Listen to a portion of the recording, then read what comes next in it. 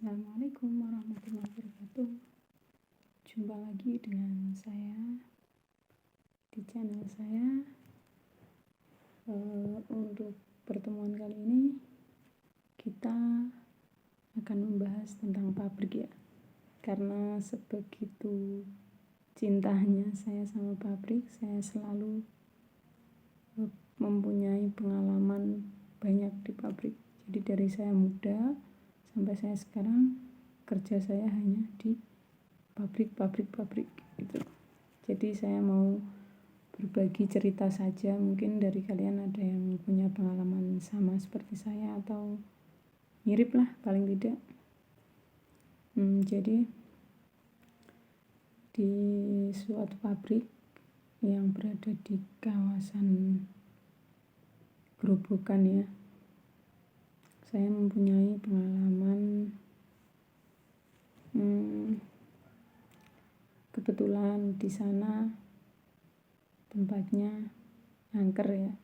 Sepertinya bukan hanya di sana, setiap perusahaan, setiap pabrik pasti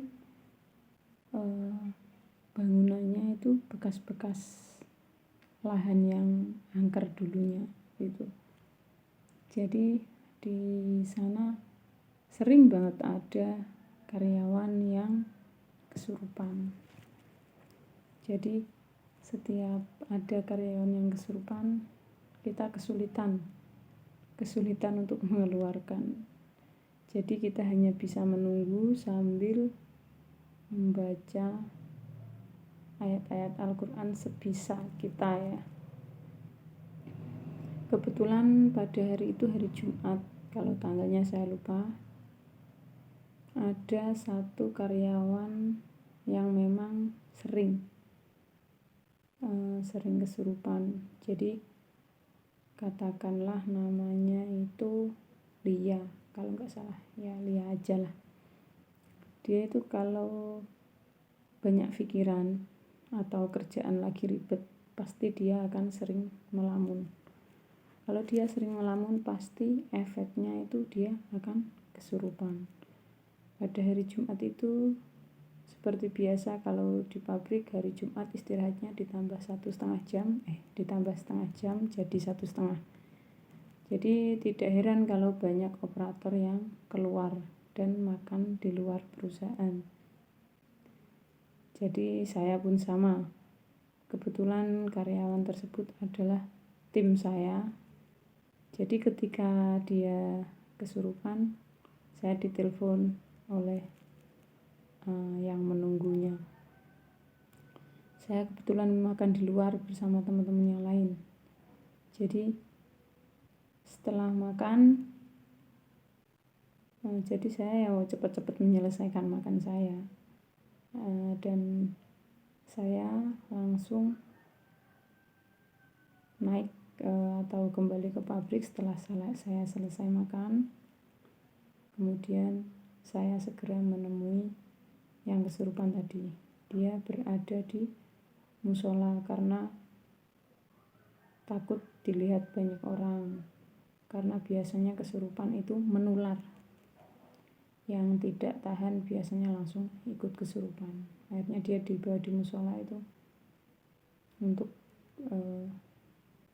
ditungguin. Biasanya kalau kesurupan itu sebentar sudah keluar, tapi nggak tahu kenapa pada anak tersebut lama gitu. Jadi dari sampai jam masuk itu dia belum sadar. Akhirnya untuk mengantisipasi dilihat banyak karyawan ketika masuk, kita membawanya ke kantin pada jam masuk. Jadi kita ke kantin, kebetulan istirahatnya ada selisih setengah jam, kalau nggak 15 menit dari gedung yang lainnya. Jadi gedung yang satu sudah masuk, gedung saya yang tadi udah masuk, ganti gedung yang lain yang istirahat, agar posisinya tidak bertabrakan, nggak terlalu untel-untelan gitu ya. Akhirnya dia dibawa ke kantin. Nah di kantin tersebut dia juga masih sama kesurupan. Setiap kali saya membisikkan ayat-ayat Al-Quran, dia bilangnya panas. panas, tapi dia tidak mau keluar. Nah, kebetulan ada tetangga saya yang lewat. Dia bilang gini, "Mbak, itu kenapa?" katanya. Saya jawab, "Kesurupan, Mas." "Kok nggak dibaca-bacain, Mbak?" "Ya udah toh, Mas," saya bilang gitu. Dia bilangnya, "Masa udah, Mbak?" Ya saya bilang aja, "Ya udah cobain aja, Mas," saya bilang. Benar, dia pulang Jumatan, dia mampir dan dia membisik-bisiki, nggak tahu dibisikin apa. Katanya dia mau membacakan ayat-ayat Al-Quran. Setelah dibisikin sama dia, tahu nggak apa reaksinya? Anak tersebut tertawa terbahak-bahak kayak si kun-kun gitu, si Kunti. Saya malah merinding semua jadinya. Saya ikut ketawa, tak giniin Masnya. "Mas, tadi kamu bisikin apa sih, Mas? Kok seneng banget?" saya gituin. Dia terus senyum lalu pergi. Karena gimana ya, kalau orang kesurupan itu kan masing-masing ya, jin yang mengikutinya, menyatu dengannya itu masing-masing. Kadang ada jin yang Islam, jadi dia dibacain pun itu gak akan mau keluar. Ada juga yang jin kafir. Kalau jin kafir gampang, jadi sekali dibacain ayat-ayat begitu dia langsung keluar. Akhirnya apa solusinya? Saya memanggil mas-mas mekanik. Kebetulan ada yang bisa seperti itu. Akhirnya saya telepon, saya panggil masnya itu, dia datang dan dia segera mengobati karyawan tersebut. Alhamdulillah karyawan tersebut bisa kembali sadar, dan setelah sadar dia langsung dikasih surat izin keluar dan disuruh pulang. Karena kebetulan dia di situ merantau, jadi kami telepon pihak keluarganya agar menjemput, karena kebetulan itu hari Jumat, Sabtu, Minggu libur.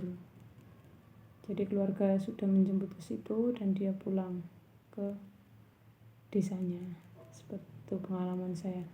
Mungkin dari kalian ada yang punya pengalaman lebih baik atau lebih seram dari saya, boleh kalian komen-komen di channel saya.